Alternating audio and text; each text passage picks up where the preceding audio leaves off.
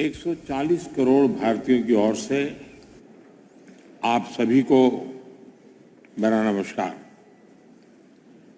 आज सबसे पहले मैं आप सभी का आभार व्यक्त करूंगा। मेरे द्वारा उठाए गए क्लाइमेट जस्टिस, क्लाइमेट फाइनेंस और ग्रीन क्रेडिट जैसे विषयों को आपने निरंतर समर्थन दिया है।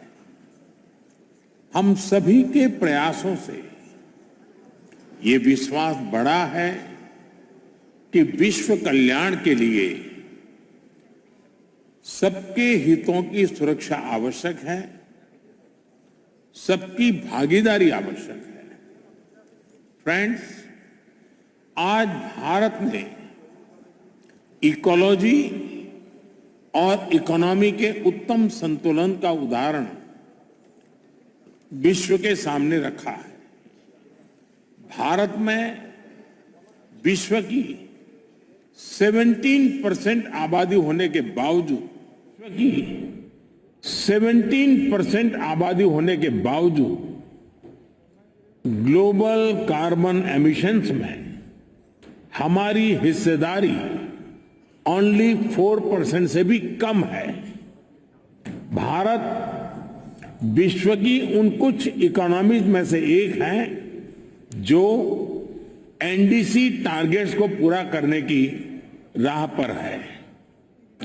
एमिशंस इंटेंसिटी संबंधी टारगेट्स को हमने 11 साल पहले ही हासिल कर लिया है। नॉन फॉसिल फ्यूल टारगेट्स को हम निर्धारित समय से 9 साल पहले ही प्राप्त कर चुके हैं और भारत ने इतने पर ही नहीं रुके हैं। हमारा लक्ष्य 2030 तक एमिशंस इंटेंसिफाई को 45% घटाना है।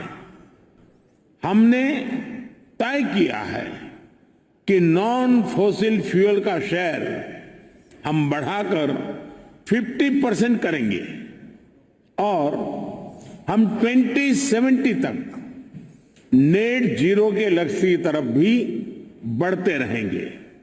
फ्रेंड्स, भारत ने अपनी G20 प्रेसिडेंसी में one earth, one family, one future की भावना के साथ क्लाइमेट के विषय को निरंतर महत्व दिया है। सस्टेनेबल फ्यूचर के लिए हमने मिलकर ग्रीन डेवलपमेंट पैक्ट पर सहमति बनाई। हमने लाइफस्टाइल फॉर सस्टेनेबल डेवलपमेंट के सिद्धांत तय किए। हमने वैश्विक स्तर पर रिन्यूएबल एनर्जी को 3 गुना करने की प्रतिबद्धता जताई। भारत ने ऑल्टरनेट फ्यूल्स के लिए हाइड्रोजन के क्षेत्र को बढ़ावा दिया और ग्लोबल बायोफ्यूल्स अलायंस भी लॉन्च किया। हम मिलकर इस नतीजे पर पहुंचे कि क्लाइमेट फाइनेंस कमिटमेंट को बिलियन से बढ़ाकर कई ट्रिलियन तक ले जाने की आवश्यकता है। साथियों, ग्लासगो में भारत ने आइलैंड स्टेट्स के लिए इंफ्रास्ट्रक्चर रेजिलिएंट इनिशिएटिव की शुरुआत की थी।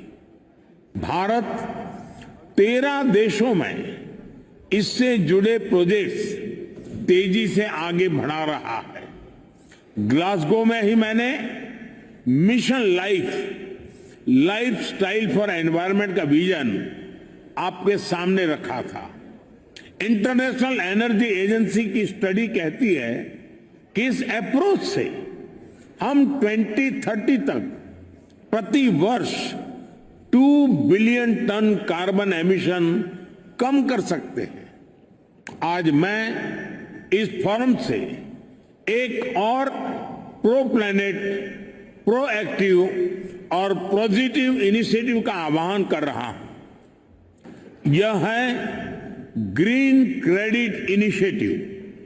यह कार्बन क्रेडिट की कॉमर्शियल मानसिकता से आगे बढ़कर जन भागीदारी से कार्बन सिंक बनाने का अभियान है।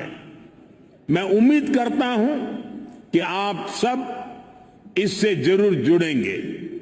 साथियों, पिछली शताब्दी की गलतियों को सुधारने के लिए हमारे पास बहुत ज्यादा समय नहीं है। मानव जाति के एक छोटे हिस्से ने प्रकृति का अंधाधुंध दोहन किया, लेकिन इसकी कीमत पूरी मानवता को चुकानी पड़ रही है।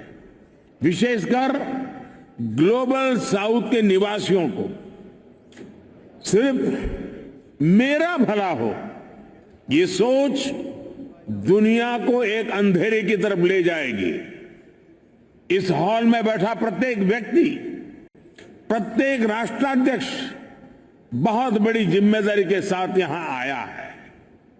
हम में से सभी को अपने दायित्व निभाने ही होंगे। पूरी दुनिया आज हमें देख रही है।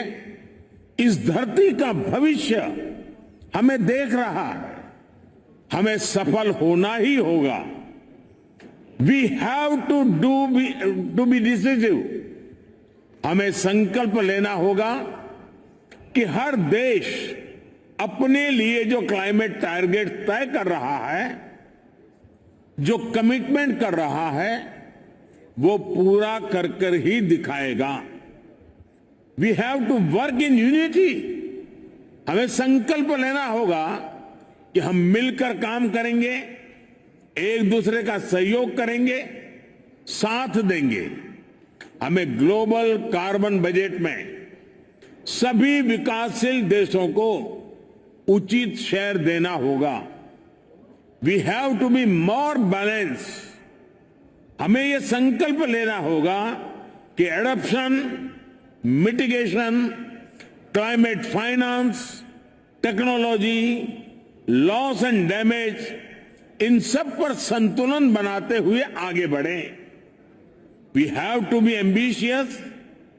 हमें संकल्प लेना होगा कि एनर्जी ट्रांजिशन जस्ट हो, इंक्लूसिव हो, इक्विटेबल हो।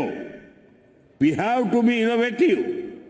हमें यह संकल्प लेना होगा कि इनोवेटिव टेक्नोलॉजी का लगातार विकास करें।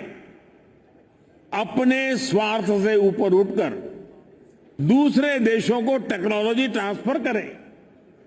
क्लीन एनर्जी सप्लाई चेन को सशक्त करें।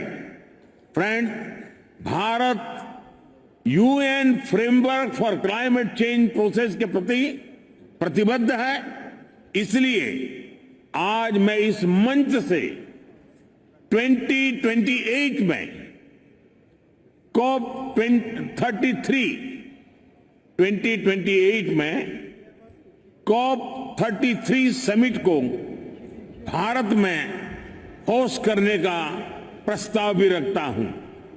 मुझे आशा है कि आने वाले 12 दिनों में ग्लोबल स्टॉक टेक की समीक्षा से हमें सुरक्षित और उज्जवल भविष्य का रास्ता मिलेगा।